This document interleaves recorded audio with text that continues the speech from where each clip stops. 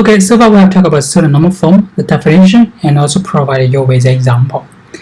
And you may also wonder, if we have a relation which is not in the certain normal form, how can we decompose it into other relations which are all in the certain normal form? In this page, will provide you with a description for the decomposition algorithm to make this relation into certain normal forms. So from a given relation R, together with a set of FD set, which is the F as shown here, the algorithm we need to use for decomposition we have 3 steps. In the first step, we need to calculate the minimal cover G of the FD set F. What do I mean by a minimal cover G set? This G is also FD set. However, we have some requirements for the G. The first one will be the closure of the G should be equal to the closure of F. In other words, this G can capture all the FDs we have in the F. And for the FDs inside G, we need to make sure on the right hand side of the FDs is only one single attribute. Also, we want to make sure the G set as small as possible. In other words, if we delete or modify the G set by deleting some FDs or delete some attributes from a FD in the G set, then the closure of G can be changed. In other words, this G set cannot be deleted anymore. It is minimal already. This is the first step. The second step of the decomposition will be very similar to the BC normal form decomposition. We want to find a lossless join decomposition of R. And we can use the BC normal form decomposition we used before to help us for the second step. However, here we want to make sure it is lossless decomposition. And so the third step is very tricky. Based on the decomposition result we can get from the second step, we have to add some additional relations to the decomposition to cover some missing FDs of the minimal cover. The G set we calculated before.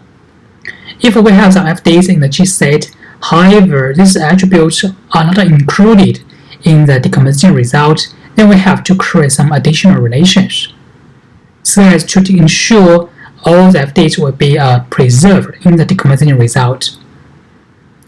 And based on these 3 steps, we can get the result which will be lossless and also dependency preserving. So this is the algorithm we can use. We have 3 steps. The first is to calculate the minimum cover G set, which will be used in the third step. The second step is to find some decompositions. We can borrow similar ideas for the BC normal form. And the third step is to add some additional relations to preserve the dependencies. You may also wonder if we can have some examples for this decomposition algorithm, and we can probably do an example together. Let's assume we have a question like this. Given a relation R, we have some attributes: the B name and the bank name, the C name and the custom name, banker, as well as office. And we have some FDs. The banker implies the bank name and office, and with the custom name together with the B name, we imply the banker.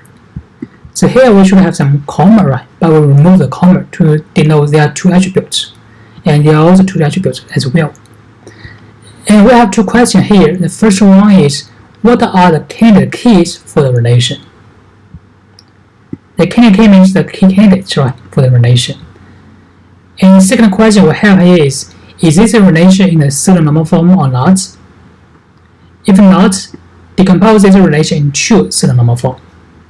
Let's do the question 1 first. What are the key candidates for the relation?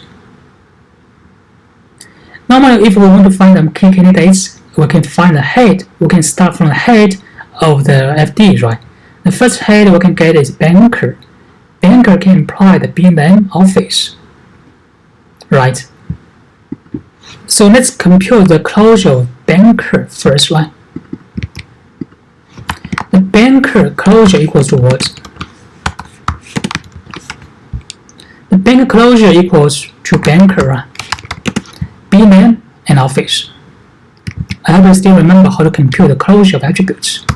We have this iterative algorithm we showed before, right? So we find that banker closure equals to banker, B name, office. It cannot cover all attributes. We still miss the C name, right? In other words, If we also include the CNAME into the banker, the left-hand side, what we will get? We will get banker, bname, CNAME as well office, right? So we can reorder this one to CNAME as well banker. We'll remove the banker from the head to the third position. So therefore, the closure of banker CNAME equals to banker name, custom name, banker, and office. It covers all the attributes. In other words, this banker together with CNAME will be a super key. We can also further check its subset, right? We can find none of banker or CNAME can imply, right, all the other attributes.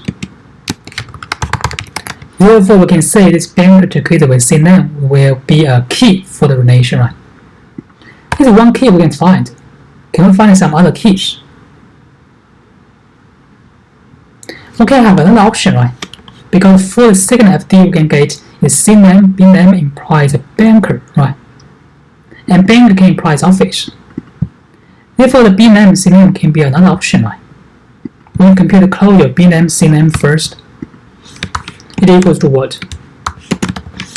Of course, we have bname, CNAME, right?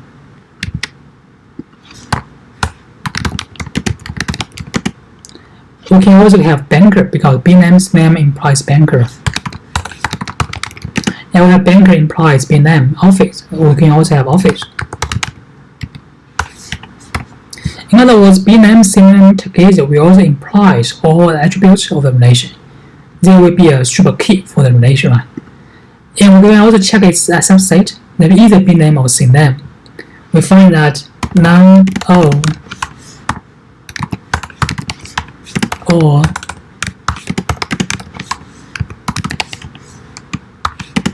let me change this one to include. Let me change it to cover. Therefore, bname, CNAME, there will also be a key for the relation, right? These are the two key candidates we can find.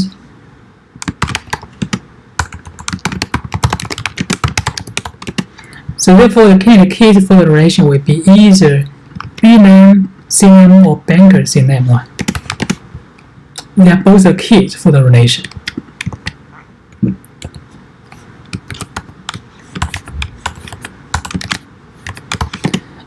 Okay, so this is question 1. How about question 2? Is this a relation in a certain normal form or not?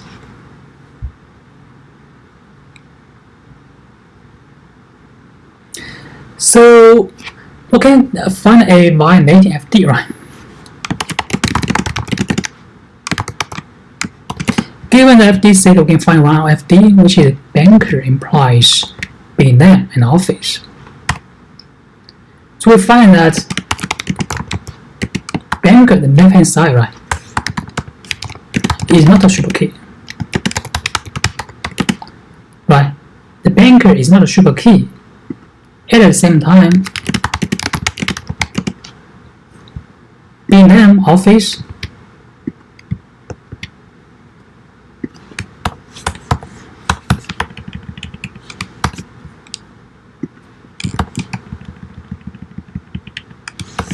is not a part of a key, because we have two keys. The first one is banker, CNAME, the second one is CNAME, bname. We don't have an office in these keys, so this one, the right-hand side is not one part of a key, right? Therefore, we can conclude that this R is not in certain normal form, right? Then how can we do the decomposition of the relation into certain normal form? Okay, we can copy the algorithm into this page, into this example. So the algorithm has 3 steps. The first step is to calculate the minimal cover of the FDs. The second one is to find a nonsense joint decomposition of the relation. The third one is to add some additional relations. We will do this one by one for you. Step 1 is to calculate the minimum cover.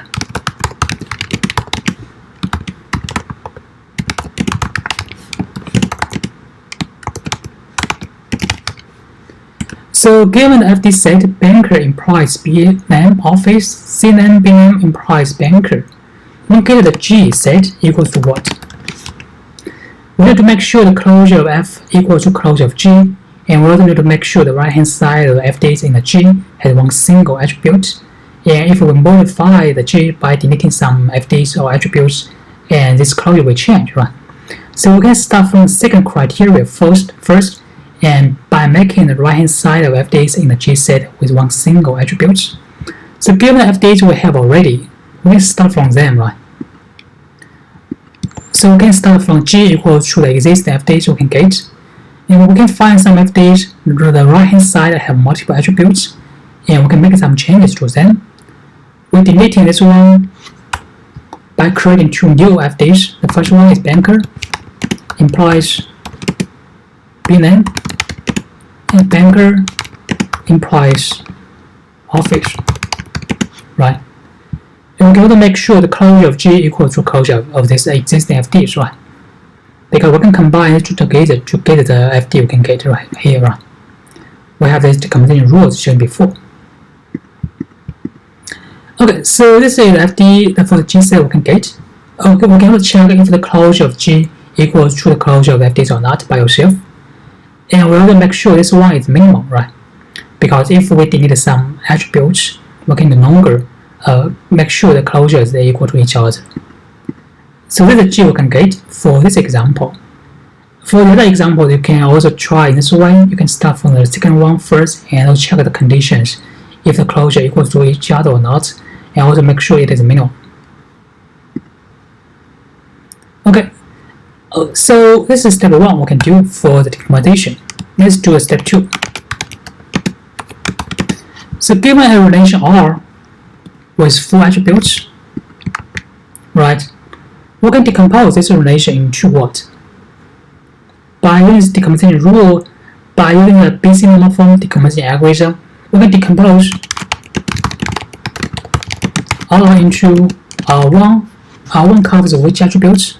So we have one violating FD, right? Banker implies B name office. So therefore we have R1 equals to what?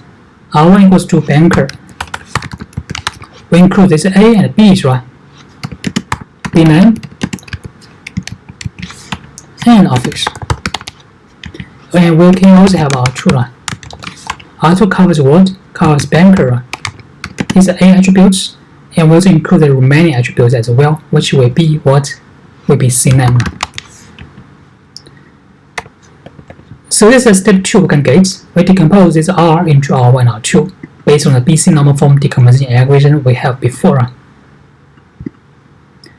And let's do the step 3 instead. What we do in step 3 is to check all the FDs in the minimal cover set we calculate here for the G set.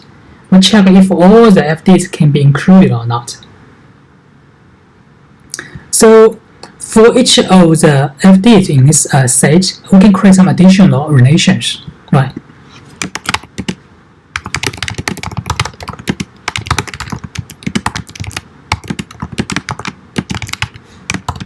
The first relation we get is R, for example, R3 equals to what? Because for the first FD we can get is a banker and a B name, right? We can get banker, B name, right? And R4 is what? Banker and office, right? And the second one will be R5, right? It covers what? C name, B name, banker, right? Okay, so these are new relations we can create based on the minimal cover set, the G set we calculated before. And next one will be we combine R1, R2 with R3, R4, and R5. At the same time, we also need to delete some redundant relations.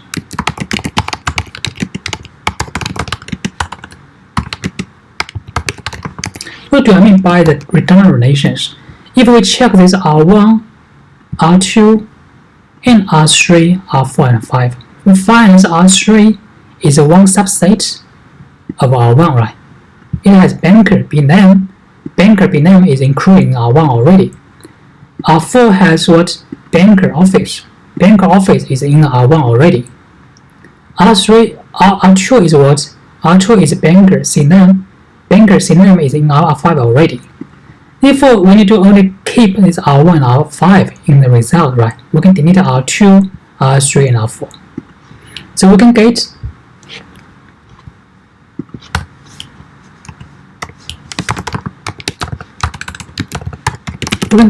the decomposition result to be what? To be R1 with banker name, B name, office, and R5, right?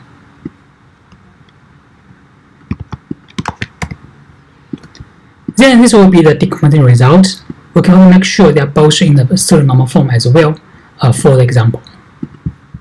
Okay, so this is the algorithm we can use to decompose a relation into the pseudo-normal form. I hope you can follow me for the example. We have 3 steps: step 1, step 2, step 3. So the main difference compared with the BC normal form decomposition algorithm is in the step 1 and step 3. We need to add additional relations into the result to make sure we can preserve all the function dependencies.